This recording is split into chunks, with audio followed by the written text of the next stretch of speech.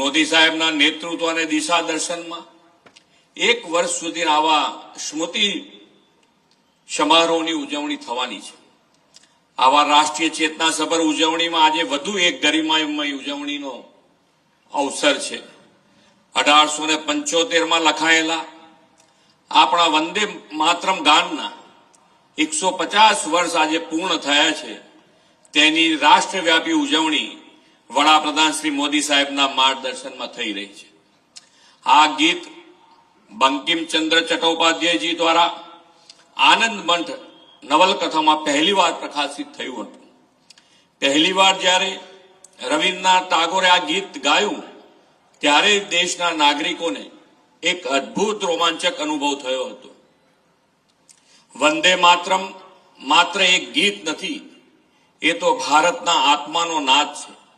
તે રાષ્ટ્ર પ્રેમની એવી પવિત્ર ધ્વનિ છે જે દરેક ભારતીયોના હૃદયમાં અંતર ઉર્જા, શ્રદ્ધા અને સંકલ્પ જગાવે છે.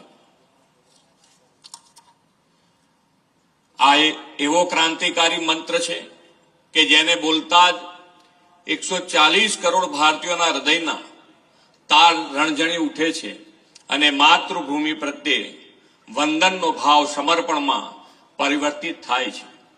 વંદે માતરમ એ રાષ્ટ્રગીત તો છે જ, પરંતુ પ્રેરણા ગીત પણ છે, જેને સ્વતંત્રતા સંગ્રામથી લઈ આજ દિવસ સુધી સૌના હૃદયમાં એક આગવું સ્થાન બનાવ્યું છે.